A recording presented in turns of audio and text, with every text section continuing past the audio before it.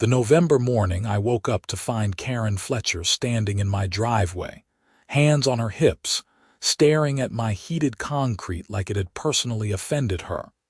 I knew my peaceful winter was about to end. I had just poured myself coffee and was standing at my kitchen window in my Aspen, Colorado home when I spotted her, bundled in a designer parka that probably cost more than most people's monthly mortgage payment. I'm Isaac Harrison, and I'd moved to this upscale development called Mountain Ridge Estates about 3 years ago. The house was perfect, a custom-built modern mountain home with floor-to-ceiling windows, a killer view of the Rockies, and most importantly, a heated driveway system that I'd designed and installed myself. Being an electrical engineer with a specialty in power distribution systems had its perks, and never having to shovel snow was definitely one of them. I watched Karen crouch down and actually touch the dry pavement, then look at her neighbor's driveway, which was covered in about 4 inches of fresh powder from last night's storm. She pulled out her phone, took a picture of my driveway, then another of the snow-covered one next door. This wasn't going to be good. Before I could even finish my coffee, my doorbell rang. I already knew who it was. "Good morning, Karen," I said, opening the door but not inviting her in. The cold air rushed past her into my warm entryway. "Isaac, we need to talk about your driveway," she said, not bothering with pleasantries.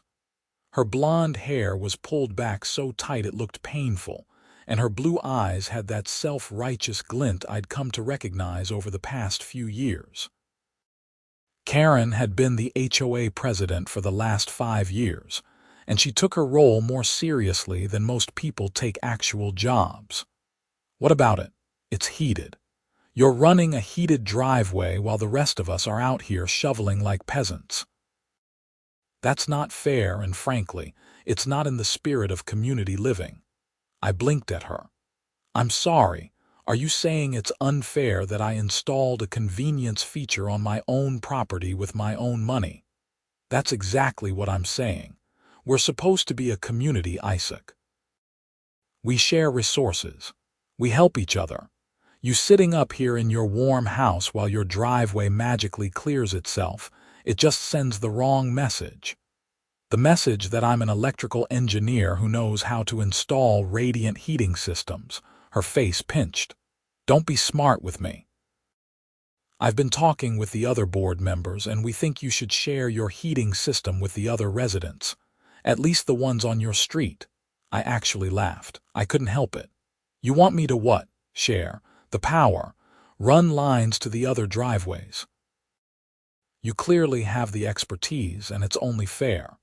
This is a community, and we believe in equality here at Mountain Ridge Estates. Karen, you have any idea how much power a heated driveway system uses? You understand the electrical load requirements, the infrastructure needed?" "I'm sure it's manageable. You're doing it, aren't you? On my own dedicated system, yes. You can't just tap into residential power and run heating elements for an entire neighborhood. That's not how electrical engineering works.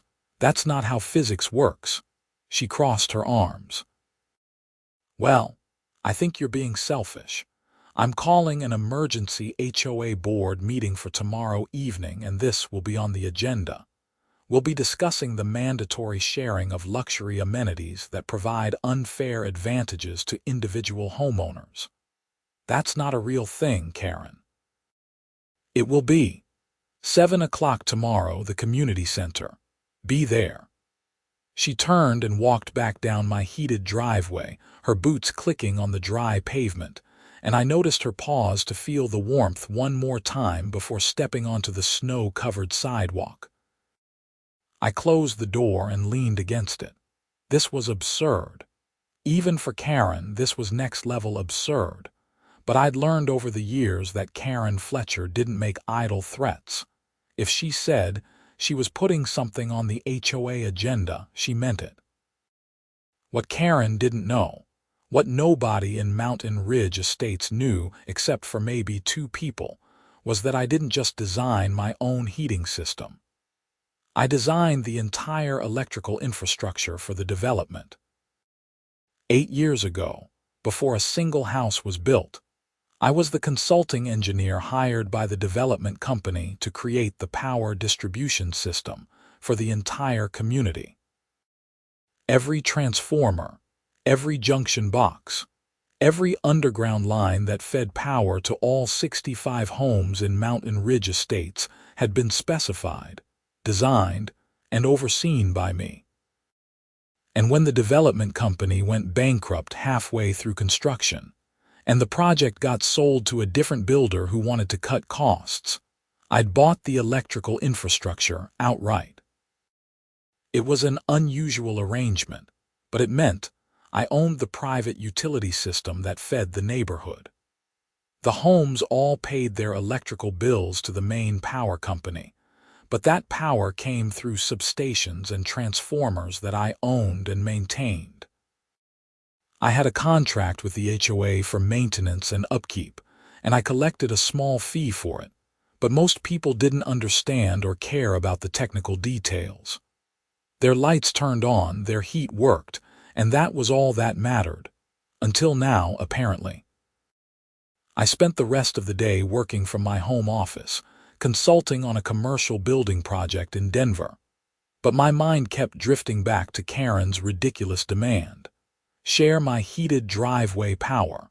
The sheer ignorance of the request was staggering. It wasn't like sharing a cup of sugar or borrowing a lawn mower.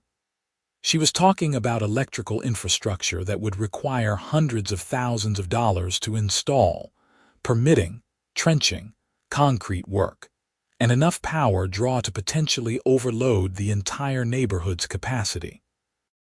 That evening, I called my buddy Marcus Thompson, who lived 4 houses down and was one of the only reasonable people on the HOA board.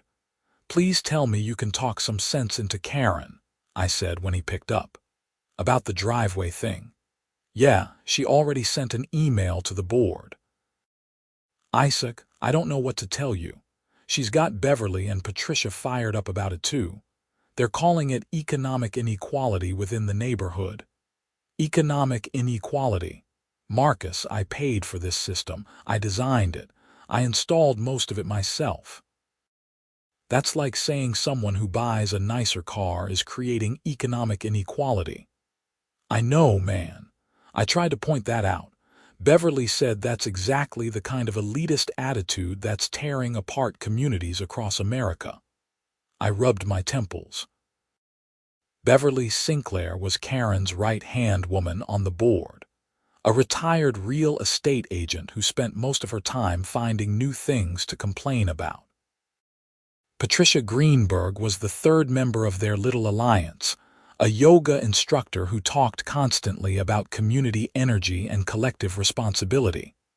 What about the other board members? Well, there's me, and I'm on your side. That's 1 vote. Tom is pretty neutral on everything. You know how he is. Janet might side with us if we explain the technical impossibility, and Richard is a coin flip, depending on which way the wind is blowing that day. 7 board members total. Karen, Beverly, and Patricia versus Marcus and possibly Janet, with Tom and Richard as wild cards. This was going to be a nightmare. The next evening, I walked into the Mountain Ridge Estates Community Center at 5 minutes to 7. The room was already packed. Apparently, word had spread about the heated driveway controversy, and people were curious. I recognized most of the faces, neighbors I'd waved to over the years, people I'd made small talk with at 4th of July barbecues and holiday parties. Karen sat at the front table with the other board members, and she had a stack of papers in front of her that looked ominous. She spotted me and gave me a tight smile that was about as warm as the snow outside. "Let's call this meeting to order," Karen said, banging a gavel that she'd bought herself because apparently regular HOA meetings weren't dramatic enough without props. We have several items on the agenda tonight, but I want to start with the most pressing issue, the heated driveway situation. A murmur went through the crowd. I saw my next-door neighbor, Jeff Morrison, lean forward with interest. His wife, Angela, was sitting beside him, and she was looking at me with an expression I couldn't quite read. As many of you know, Karen continued, Isaac Harrison has a heated driveway system that keeps his driveway completely clear of snow and ice, while the rest of us struggle with shoveling and snowblowing. This creates an unfair living situation and goes against the community values we hold dear here at Mountain Ridge Estates. It's also a safety issue, Beverly chimed in. What if someone slips and falls on their icy driveway while looking at Isaac's perfectly clear one? That's creating a hazard. I raised my hand. Karen looked annoyed but nodded at me. Can I ask how my driveway being clear creates a hazard for someone else's driveway being slippery? That logic doesn't track. It's a psychological hazard, Patricia said, and I had to bite my tongue to keep from laughing. It creates stress and feelings of inadequacy. I'm creating feelings of inadequacy by keeping my driveway clear of snow. You're showing off, Karen said flatly, and we've come up with a solution. You're going to extend your heating system to include at least the 5 other houses on your cul-de-sac. You have the expertise and, frankly, you have the responsibility as a member of this community. The room erupted in chatter. I stood up. First of all, that's not how electrical systems work. You can't just extend a heated driveway system like you're adding an extra string of Christmas lights. Second, even if it were possible, the cost would be astronomical. We're talking about tearing up driveways, installing heating elements, running new electrical lines, upgrading transformers. You'd be looking at probably $50,000 per driveway, minimum. Then you should have thought about that before you installed such an extravagant feature, Karen shot back. We're voting on this. The motion is that Isaac Harrison will be required to extend his heated driveway system to the other 5 homes on his street within 6 months, or face daily fines of $500 until compliance is met. You can't fine me for not installing something on other people's property, I said, trying to keep my voice level. That's not remotely legal. The HOA bylaws give us broad authority to enforce community standards and equity, Karen said, and she looked way too pleased with herself. We've consulted with an attorney. What attorney? That's not relevant. The board has the authority to make this decision. Marcus stood up. Actually, Karen, I don't think we do. This is way outside the scope of architectural compliance or community standards. This is forcing one homeowner to make massive capital improvements to other people's property. It's ensuring fairness, Beverly insisted. It's insane, Janet Rodriguez said, and I felt a surge of relief that at least someone else on the board was seeing reason. I don't even understand how this would work logistically. Isaac is an electrical engineer, Karen said. He can figure it out. That's his problem. All in favor of the motion, Karen, Beverly, and Patricia raised their hands immediately. Tom Chen looked uncomfortable but kept his hands on the table. Richard Sawyer glanced around the room, then slowly raised his hand. 4 votes. My stomach dropped. All opposed. Marcus and Janet raised their hands. 2 votes. The motion passes, Karen announced, looking triumphant. Isaac, you have 6 months starting today. I'll have the formal documentation drawn up and delivered to you by the end of the week. This meeting is adjourned. People started talking all at once. Some of my neighbors looked excited about the possibility of heated driveways. Others looked confused or concerned. Jeff Morrison came over to me as I stood there trying to process what had just happened. Hey man, I just want you to know I didn't have anything to do with this, he said. I think it's crazy. Angela and I are happy to shovel our driveway. Thanks, Jeff. I appreciate that. Angela nodded. This is going too far. Karen's been on a power trip for years, but this is ridiculous. I drove home in a daze. When I got there, I sat in my truck in my perfectly heated driveway and stared at my house. $500 a day. That was $182,000 a year if I didn't comply. They'd force a lien on my house, eventually force a sale. And even if I wanted to comply, which I absolutely did not, the cost would bankrupt me. Installing heating systems for 6 driveways, including all the infrastructure upgrades needed, would easily run over $300,000, probably more. This was extortion. It had to be illegal. But fighting it would mean lawyers and lawsuits and money I'd rather not spend. I sat there for a long time, watching the snow start to fall again, melting the instant it touched my driveway. And then something occurred to me, something that made me smile for the first time since this whole mess started. Karen wanted to play games with electrical systems. She had no idea who she was playing with. The next morning, I drove to the county clerk's office in Aspen. I pulled up all the property records for Mountain Ridge Estates, including the utility easements and infrastructure ownership documents. Everything was still there, exactly as I remembered. I owned the private electrical distribution system for the entire development. The transformers, the underground lines, the junction boxes, all of it. The HOA paid me a maintenance fee of $2,000 a month through a contract that had been established when the development was built. I pulled out my phone and called my attorney, David Chen, who I'd used when buying my house and setting up my consulting business. David, I need you to review a contract for me and give me an opinion on something. Sure, Isaac. What's going on? I explained the situation, the HOA meeting, the ridiculous vote, and the threats of fines. Then I explained the electrical infrastructure ownership. David was quiet for a moment. Let me look at the HOA contract and the bylaws. Send me everything you've got.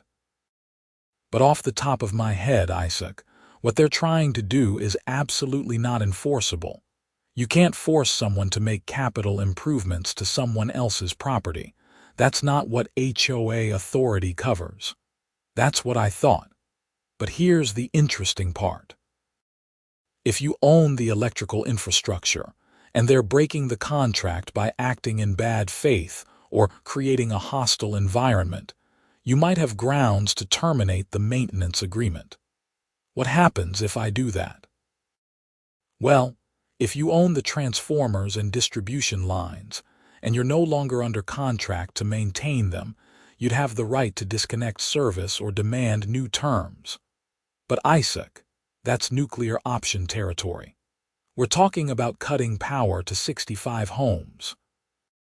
I'm not going to leave people without power, David, but I want Karen to understand that she's not the only one with leverage here. Let me review everything and get back to you. Don't do anything rash, but start documenting everything. Every interaction with the HOA, every email, every conversation. I spent the next week doing exactly that. Karen had the formal fine notification delivered to my house by courier, a ridiculous power move that probably cost the HOA $100. The document was 3 pages of legal-sounding nonsense, citing the HOA's commitment to equality and community standards. It gave me 6 months to complete the installation of heated driveway systems for the 5 other homes on my cul-de-sac, or face daily fines of $500.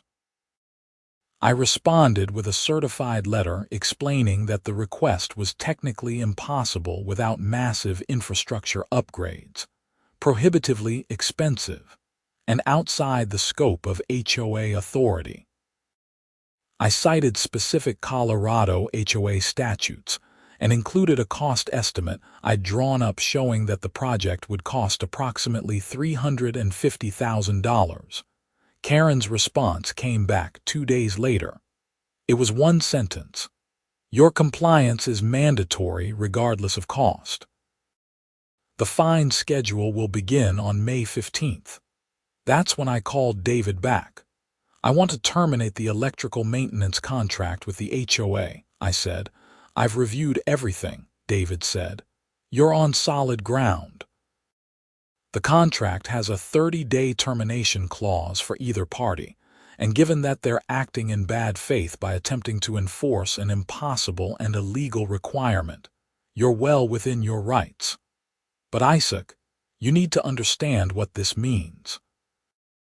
Once you terminate that contract, the HOA will be responsible for maintaining the electrical infrastructure themselves, or they'll need to negotiate a new contract with you.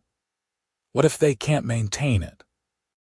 Then technically, you'd have the right as the owner of the equipment to shut it down or restrict access. But again, we're talking about people's homes.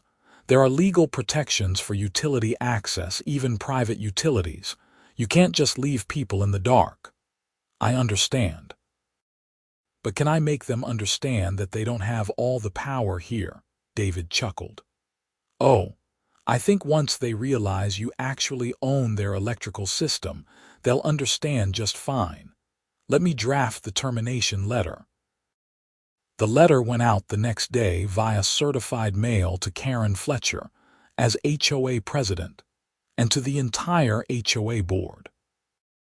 It was professional and courteous, explaining that due to the hostile environment created by the board's actions and their attempt to impose illegal requirements, I was exercising my right to terminate the electrical maintenance contract effective 30 days from receipt of the letter. I also sent a courtesy letter to all the residents explaining the situation, making it clear that their power would not be interrupted, but that the HOA would need to make new arrangements for maintaining the private electrical infrastructure that served the community. My phone started ringing within an hour of people getting the letters. Marcus called first. Holy hell, Isaac. You own the electrical system. I designed it, and I bought it when the original developer went bankrupt. It's all in the county records. This is going to make Karen's head explode. That's kind of the point. Jeff Morrison called next, then Angela, then at least a dozen other neighbors. Most of them were supportive, some were worried about their power, and a few thought I was being petty. I explained to everyone who called that nothing would change in the short term, but that the HOA needed to understand they couldn't bully people into impossible situations. Karen didn't call. Instead, she showed up at my door at 8 o'clock that evening, and this time she wasn't alone. Beverly and Patricia flanked her like bodyguards. What the hell do you think you're doing? Karen demanded the moment I opened the door. I'm terminating a contract that's no longer working for either party, I said calmly. You can't hold the neighborhood's power hostage because you don't want to help your neighbors.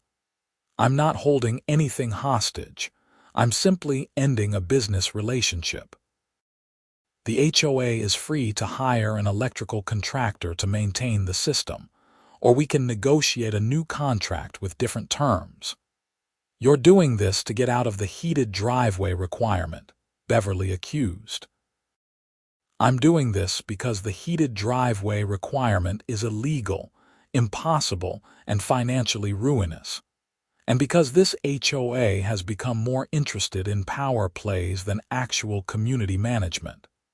Patricia stepped forward, her expression serious. Isaac, don't you understand that we're all connected? Your energy, our energy, the community's energy. When you hoard resources, you create imbalance. You're disrupting the flow. I stared at her. Patricia, I'm an electrical engineer. I deal with actual energy, not mystical energy. And the actual energy flowing through this neighborhood belongs to equipment that I own. That's not hoarding, that's property rights. This is blackmail, Karen spat. No, what you did was attempted extortion, threatening impossible fines for something I can't and won't do.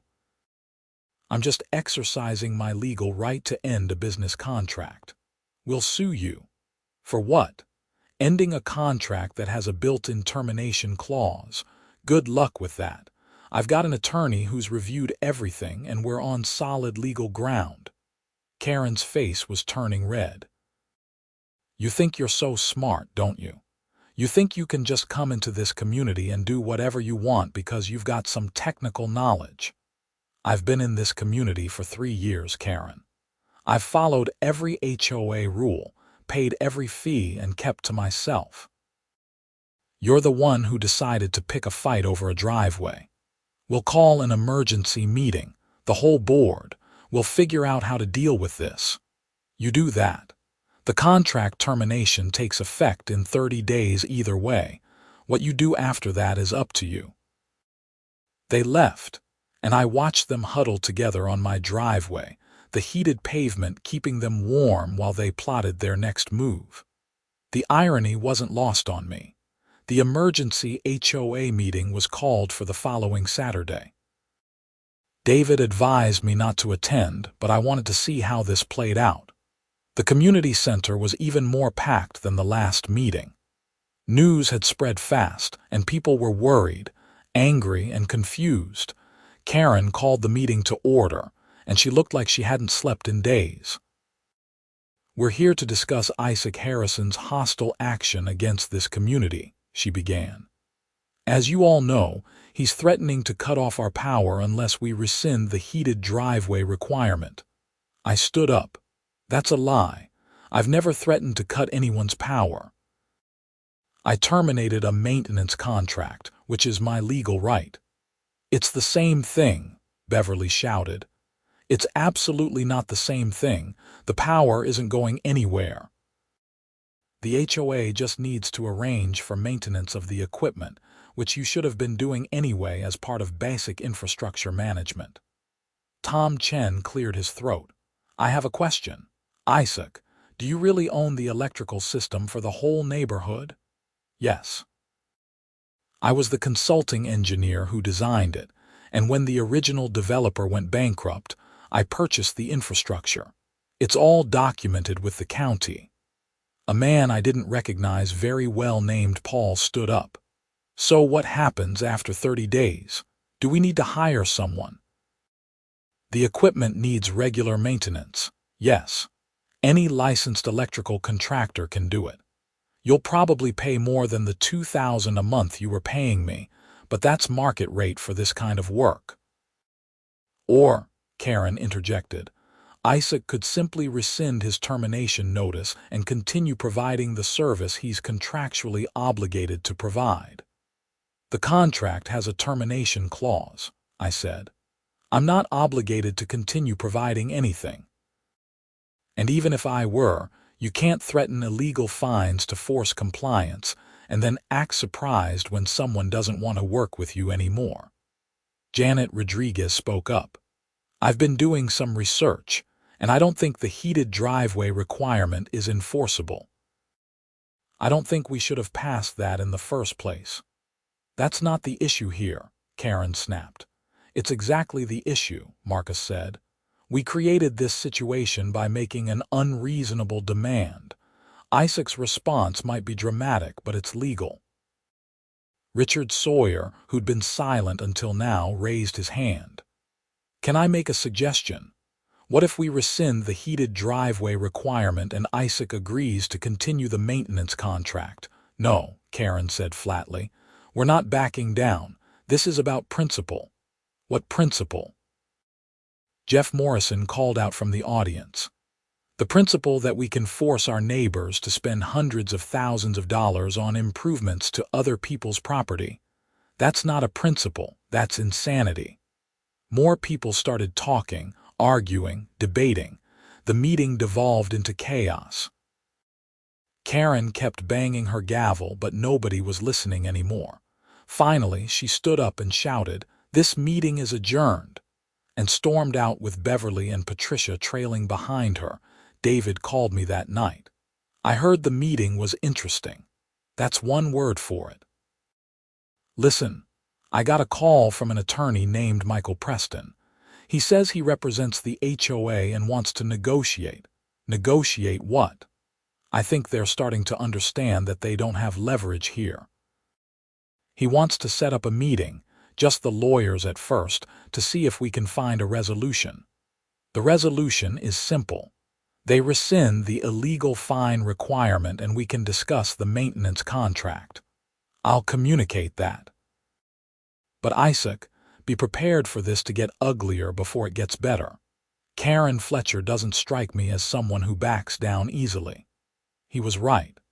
Over the next 2 weeks, I received 3 formal letters from the HOA's attorney, each one more threatening than the last. They claimed I was breaching my fiduciary duty to the community, that I was engaging in anti-competitive behavior, and that I was violating utility access laws. David responded to each letter, calmly explaining that none of those claims had any legal merit. Meanwhile, the 30-day termination notice was ticking down. I reached out to 2 electrical contractors in the area and got quotes for them to take over the maintenance of the Mountain Ridge Estates electrical system. Both came back around $4,000 a month, double what the HOA had been paying me. I sent those quotes to the HOA board as a courtesy. Karen responded by having the HOA's lawyer send another threatening letter. Then, with 1 week left on the termination notice, something interesting happened. I got a call from Tom Chen. "Isaac, can we talk, off the record?" "Sure, Tom, what's up?" "I've been talking with some of the other board members, quietly. We want to fix this situation, but Karen is absolutely refusing to budge. She's dug in. I've noticed.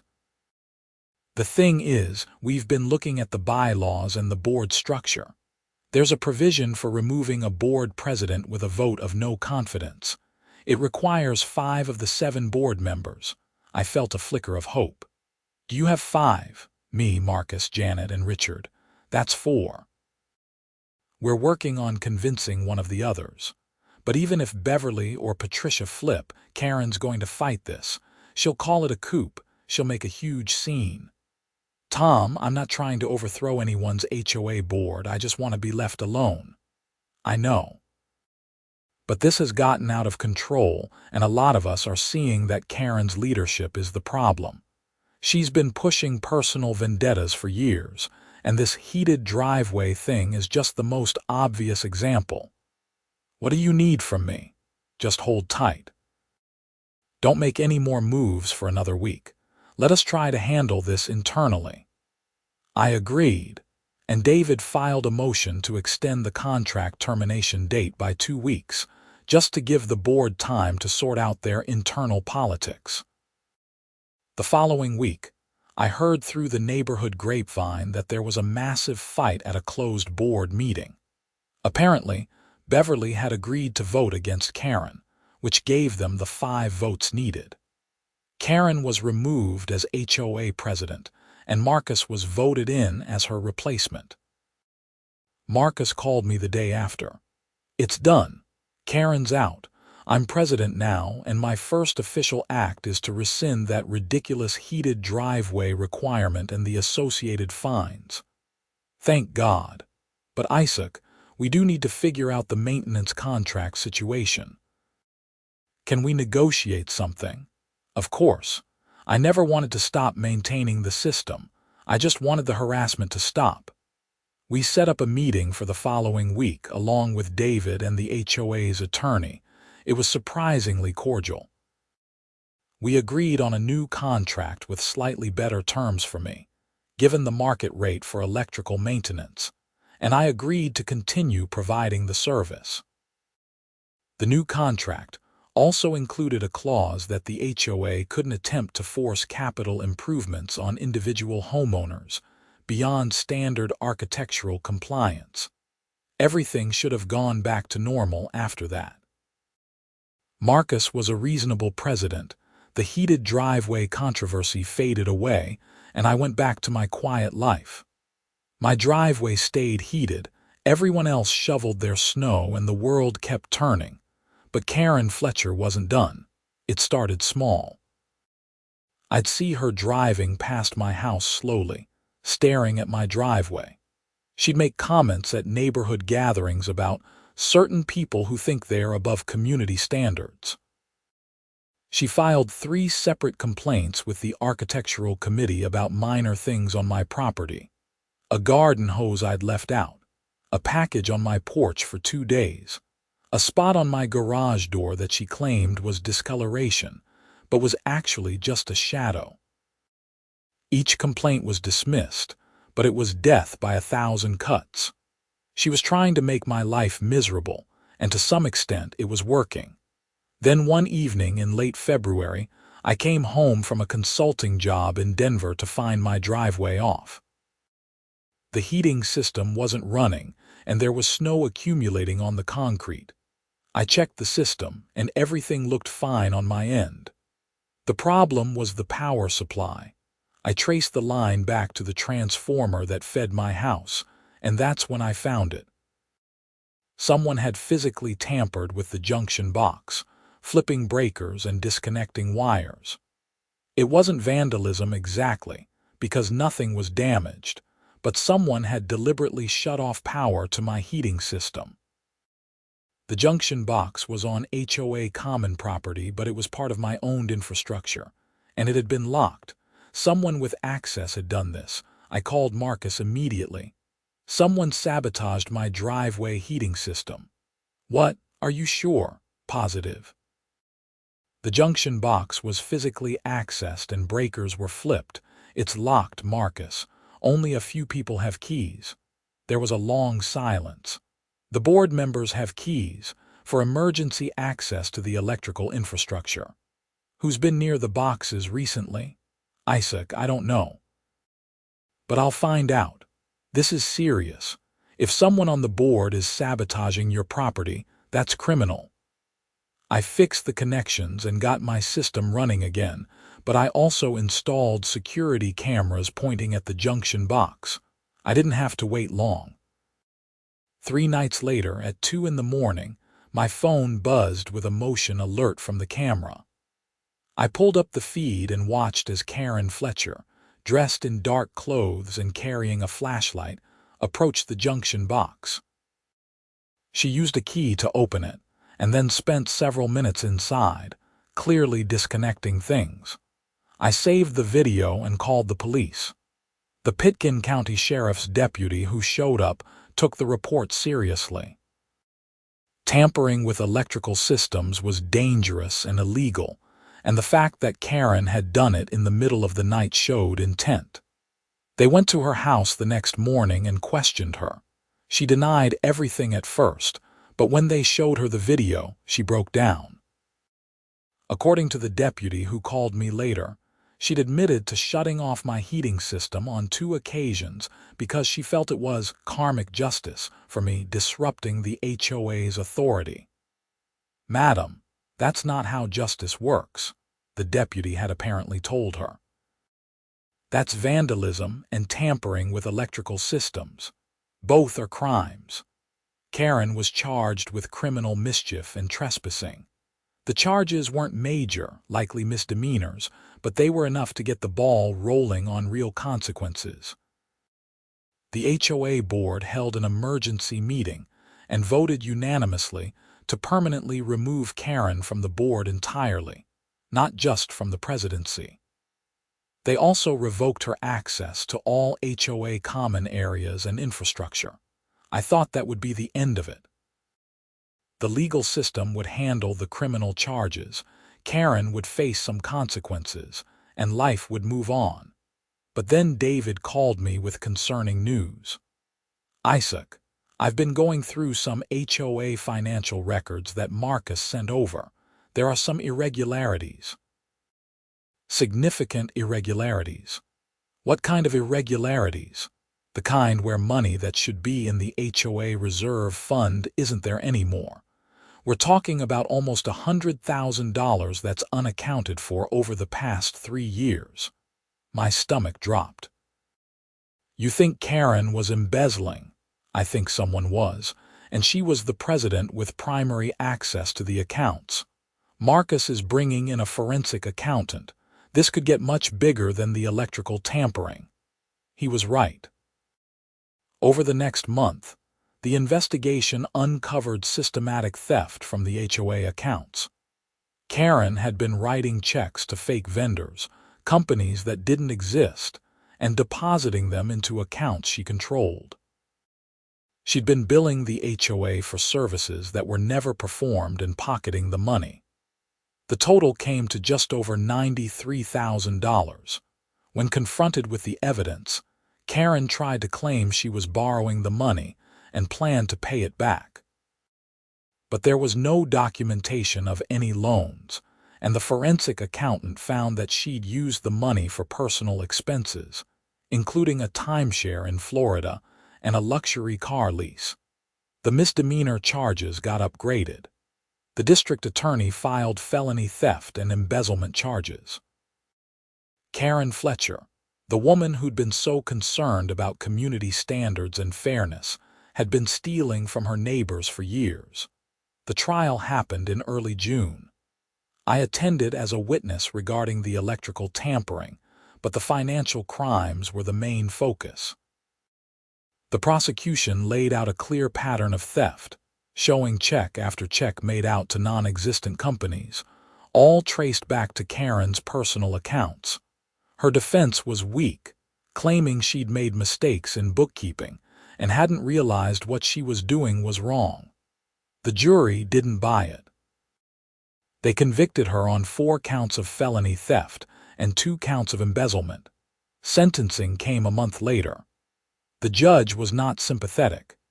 Karen got 3 years in prison, with credit for time served, plus 5 years of probation and restitution of the full amount stolen plus penalties. She'd have to pay back over $120,000 to the HOA. Beverly and Patricia tried to distance themselves from Karen after the conviction, claiming they'd had no idea what she was doing. An investigation cleared them of criminal wrongdoing, but their reputations in the neighborhood were destroyed. Beverly moved away a few months later. Patricia stayed but kept a very low profile. Marcus turned out to be an excellent HOA president.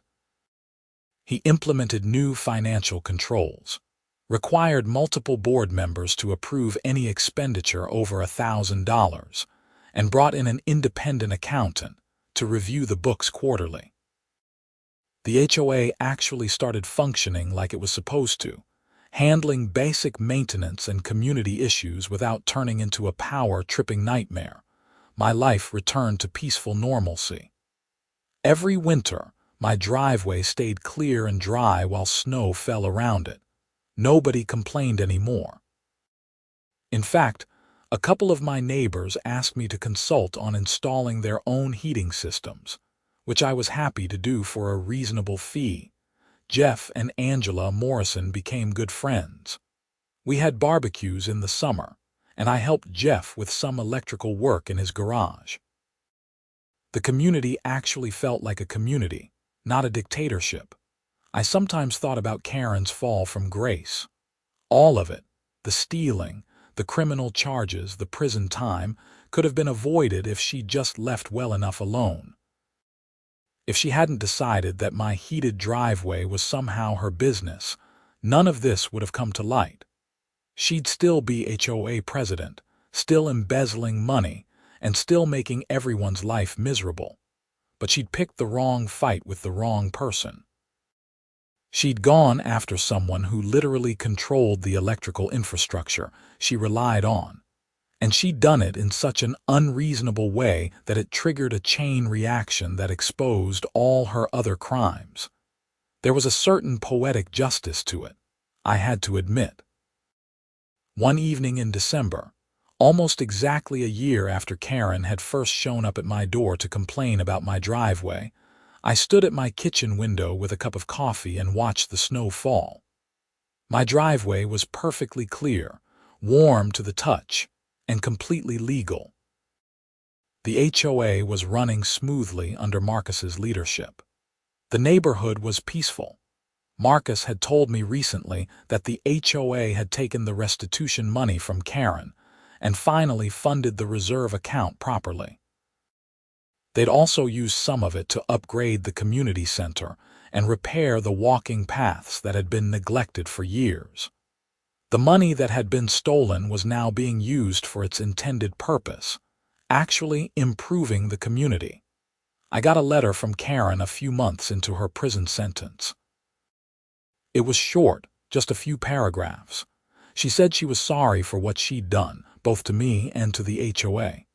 She said she'd let power go to her head and had made terrible decisions. She hoped I could forgive her someday. I didn't respond to the letter. I wasn't angry anymore, but I also didn't feel the need to offer forgiveness. She'd face the consequences of her actions, serve her time, and hopefully come out better on the other side. That was between her and the justice system. What I had learned from the whole experience was valuable, though. I'd learned that bullies often have something to hide, that standing up for yourself can expose deeper problems, and that sometimes the things people fight hardest to control are the things they have no business controlling in the first place.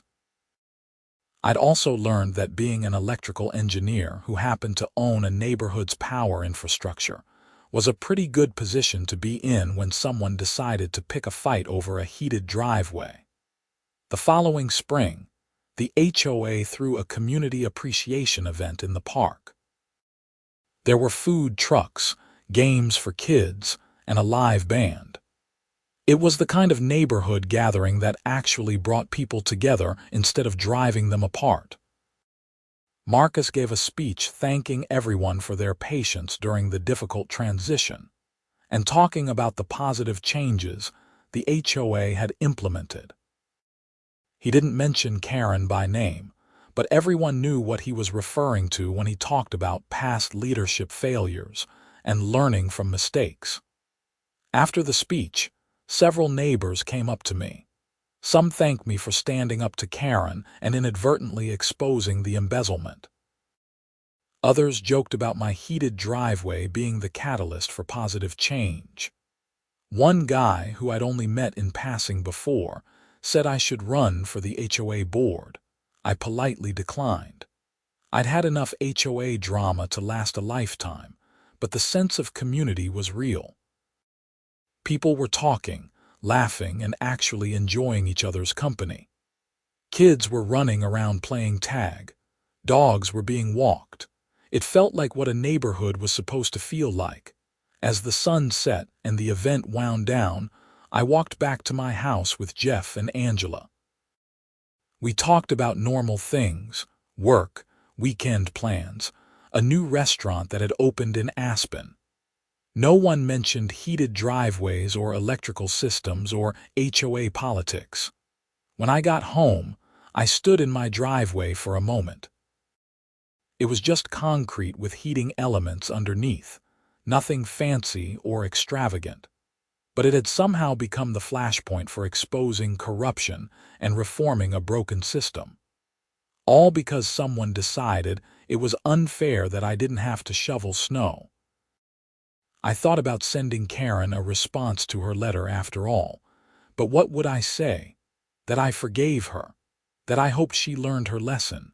Those things felt hollow, like empty platitudes that wouldn't mean anything to either of us. Instead, I decided that the best response was simply to live my life well. To keep contributing to the community in positive ways, to help neighbors when they needed it, and to never abuse whatever small amount of power I might have. The electrical infrastructure I owned wasn't a weapon or a tool for control.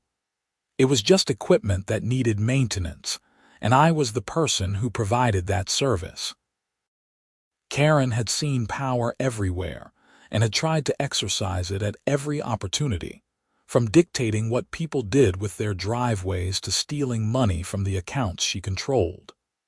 That constant grasping for control had been her downfall. I had actual power, literal electrical power flowing through equipment I owned, and I'd never thought of it as leverage until she'd forced the issue. That was the difference between us. As fall turned to winter again, and the first major snowstorm of the season hit Mountain Ridge Estates, I watched my neighbors out shoveling their driveways. Some waved to me as they worked. Some stopped to chat when they were done, their cheeks red from the cold and exercise. Nobody resented my heated driveway anymore. It was just one of those neighborhood quirks, like the Johnsons' elaborate Christmas light display or the Patels' immaculate rose garden. The new HOA board, under Marcus's continued leadership, was functioning beautifully. They'd approved several reasonable requests for home improvements, organized a neighborhood watch program that actually made people feel safer, and started a community garden in one of the common areas. Beverly's old house had sold to a nice retired couple who kept to themselves and seemed happy just to be in the mountains. Patricia still lived in the neighborhood, but had resigned from the board after the scandal.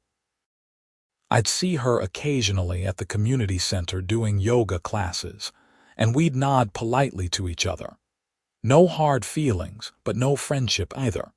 Karen was released from prison after serving 18 months of her 3-year sentence, earning time off for good behavior. I heard she moved to Grand Junction to live with her sister and was working at a department store. She'd never be able to hold a position of authority over other people's money again, with her felony convictions following her everywhere. Sometimes I wondered if she ever thought about how things might have been different. If she just knocked on my door that first morning and asked nicely about my heating system, maybe offered to pay me to consult on installing one for her own house, none of the subsequent disasters would have happened. We might have become friends. I might have helped her and others in the neighborhood get their own heated driveways. But that would have required seeing me as a neighbor and a resource, rather than as a threat to her authority. It would have required genuine community spirit, instead of the controlling, power-hungry version of community she tried to enforce. The HOA had learned its lesson too. The new bylaws specifically limited the board's authority over individual property improvements and required detailed cost-benefit analyses before implementing any new community-wide requirements. They'd also implemented term limits, so no one person could dominate the board for years the way Karen had. I renewed my electrical maintenance contract with the HOA for another 5 years, at a fair market rate that reflected the actual work involved. The relationship was professional and cordial. I submitted monthly maintenance reports, attended quarterly board meetings to discuss any infrastructure issues, and that was it. No drama, no power plays, no demands for impossible improvements. My consulting business was doing well. I'd picked up several new clients in the Aspen area, including a high-end resort that needed a complete electrical system redesign. The irony wasn't lost on me that the heated driveway controversy had actually raised my profile in the local engineering community. People remembered me as the guy who stood up to his HOA and inadvertently exposed corruption, and apparently that made me seem principled and trustworthy. Jeff Morrison and I started a tradition of hosting a Super Bowl party every year, alternating houses. It became one of the neighborhood's annual events, with people bringing food and drinks and actually cheering for the game instead of gossiping about HOA politics. The first year, at least 30 people showed up, packed into Jeff's living room. Angela joked that the party never would have happened under Karen's regime because she would have found some bylaw that prohibited neighborhood gatherings or noise after a certain hour. Everyone laughed, but there was truth to it. The old HOA had been about control and restrictions. The new one was about actual community. I even helped Tom Chen install a heated driveway system at his house the following summer. He paid me fairly for the consultation and installation oversight, and I made sure he understood the electrical requirements and maintenance needs. His system was slightly different from mine, more energy efficient with better zone controls, because the technology had improved since I'd installed mine. When the snow fell that winter and both our driveways stayed clear, nobody complained. Nobody claimed it was unfair or demanded that everyone else get heated driveways. People just appreciated that some homeowners had chosen to invest in that convenience, and others hadn't, and both choices were perfectly fine. That was what a functional community looked like. People making different choices about their own property and respecting each other's decisions. The HOA handled the common areas and enforced reasonable standards about exterior maintenance and architectural coherence. Individual homeowners did what they wanted within those broad guidelines. It seemed so simple, and yet Karen had managed to turn it into a nightmare for years before her house of cards collapsed. I thought about writing a book about the experience. People loved stories about HOA horror shows, and mine had the added bonus of a satisfying ending with the villain actually facing consequences. But I decided against it. The people in Mountain Ridge Estates had been through enough without having their neighborhood drama turned into entertainment. Instead, I focused on the present. I worked on interesting engineering projects, maintained the neighborhood electrical system, kept my driveway heated in the winter, and enjoyed living in one of the most beautiful parts of Colorado. The mountains were always there, constant and unchanging, putting human drama into perspective. Marcus served as HOA president for 3 years before stepping down voluntarily, saying he'd done what he set out to do in reforming the organization. Janet Rodriguez took over, and she was equally competent and reasonable. The HOA had become what it should have been all along, a boring administrative necessity that handled community infrastructure and left people alone otherwise. I ran into Beverly once, about 2 years after she'd moved away. She was in Aspen visiting friends, and we happened to be at the same coffee shop. She approached me hesitantly. "Isaac, I just wanted to say I'm sorry for my part in all of that. With the driveway thing, I should have stood up to Karen earlier. It's in the past, Beverly. Everyone's moved on. I heard the neighborhood is doing well. I'm glad. I should have sold my house years ago. Living there had become toxic, but I didn't realize how much until I left." Karen had that effect on people. She nodded sadly. "She really did. I heard she's doing better now, though. Working, staying out of trouble. Maybe prison was actually what she needed to reset. Maybe." We parted ways amicably, and I thought about what she'd said. Maybe Karen was doing better. Maybe she'd learned something from the whole disaster. I hoped so for her sake. Holding on to anger and resentment wasn't good for anyone. As the years passed, the heated driveway incident became neighborhood legend. New residents would hear about it from the old-timers, usually as a cautionary tale about HOA overreach, or as an example of why the current board was so much better than the old one. Did you hear about the time the HOA president tried to make someone share their heated driveway and ended up going to prison for embezzlement? It became a story told at parties, growing slightly more exaggerated with each telling. I usually just smiled and nodded when people brought it up. The real story was weird enough without embellishment. 5 years after everything had happened, Mountain Ridge Estates held a special event to celebrate the neighborhood's 10th anniversary.